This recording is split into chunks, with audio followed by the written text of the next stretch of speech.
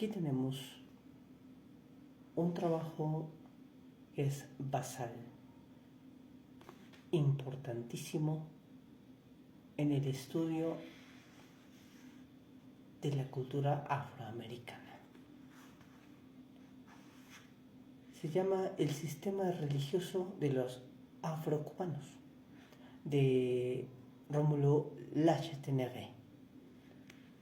Lachetenerie se nos presenta como una figura local en La Habana, en la que, con el más profundo espíritu antropológico, empieza a estudiar la historia de aquellos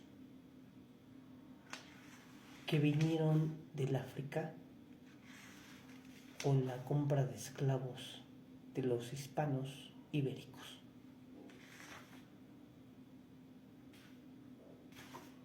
Entonces Lachetenerie empieza a estudiar qué hay en esa isla que ahora es Cuba, y nos empieza a descubrir, a develar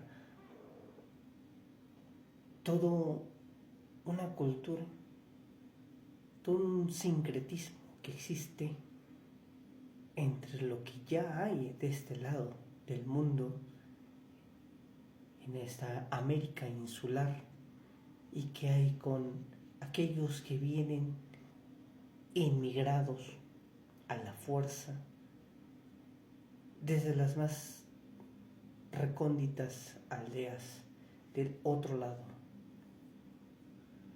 del océano Atlántico.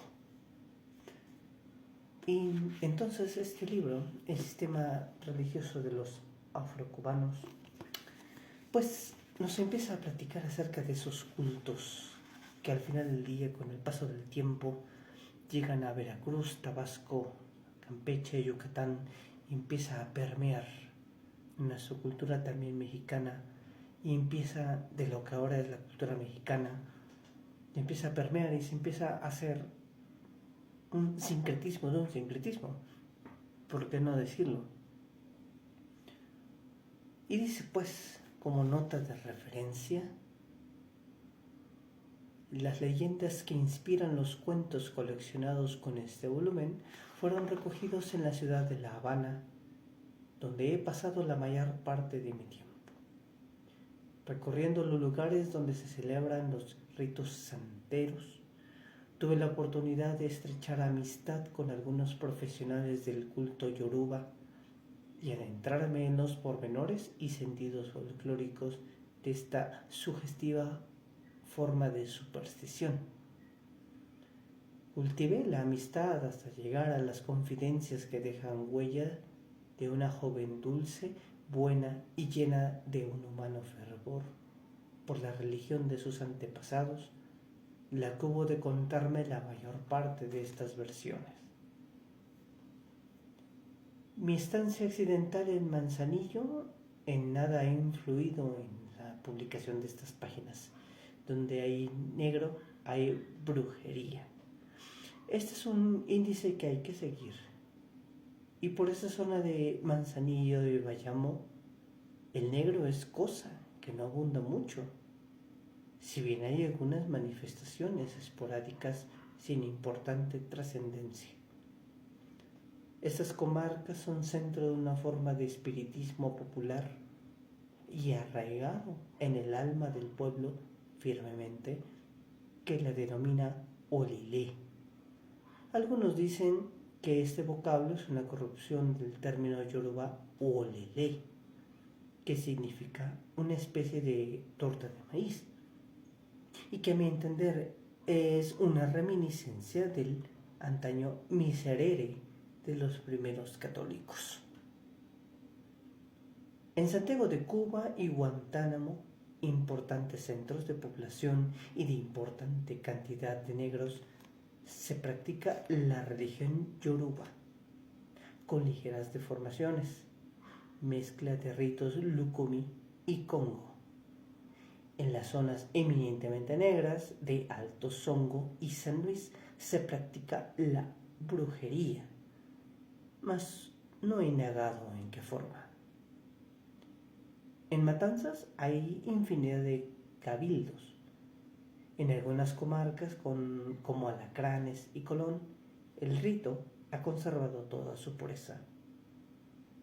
Y el fervor religioso con que los prosélitos se entregan a sus prácticas me inclina a considerarlas como los santos sagrados lugares de culto yoruba en Cuba.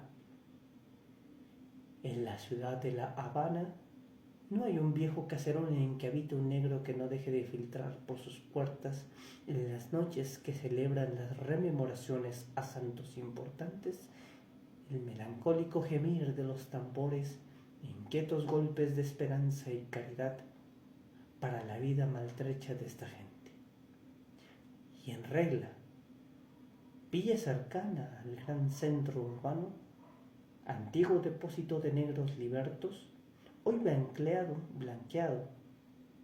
porque el afrocubano en perenitoria necesidad ha emigrado a los centros importantes de población, el culto ha dejado una indeleble huella, conservándose con indudable fortaleza, aunque en parte ha perdido su sentido místico. Lo mismo ocurre con Guanabacoa y los barrios de expansión de La Habana. Por último, quiero que este volumen sirva de estímulo a otros con más disciplina y capacidad de trabajo que yo para la incorporación de lo negro, que está muy en mi carne, a la cultura nacional. Vaya.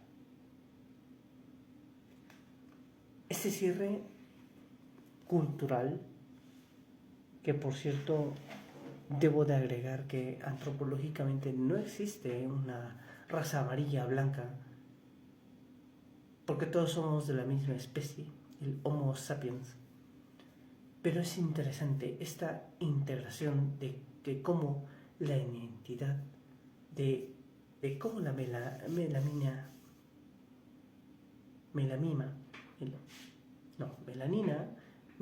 es de los trastos que son de plástico. Bueno, como el color de piel nos da, según esto, la idea de raza, cosa que no existe. No existe una raza amarilla, no existe una raza blanca. Más bien es como la identidad, de acuerdo a nuestro origen etnográfico, nos da pie a una identidad cultural y entender las cosas de una u otra forma.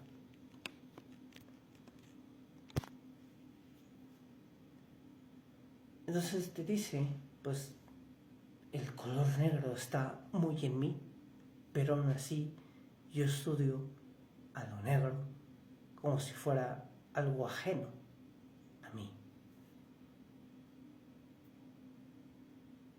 Y en ese caso es muy interesante porque es cuando es algo así como nosotros decimos, nos sentimos muy mexicanos, muy nacionalistas y decimos, pues somos mexicanos y nos vamos a estudiar a Teotihuacán, nos vamos a estudiar un Teotihuacán, que por cierto Teotihuacán no sabemos cómo existe, se lo pusieron aquellos nahuas que llegaron y dijeron a Teotihuacán, sí, porque son los dioses, seguro hicieron eso, no sabemos cómo se llaman, y así lo transmitimos. Entonces es esa compra de identidad o esa identidad falsa que le damos a las cosas para poderlo entender, o también, ¿por qué no? Decir, ¿sabes qué? Soy negro, pero bueno, yo te voy a tratar de entender a través de los ojos de un negro, cómo diría un negro que un negro funciona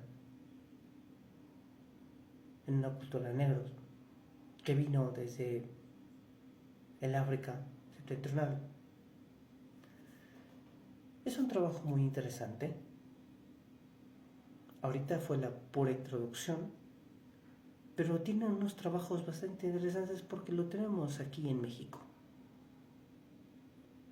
Y que será muy bonito, si les parece, que haga un video de la siguiente lectura, el siguiente capítulo, si es que les parece bien, para no desgregar tanto.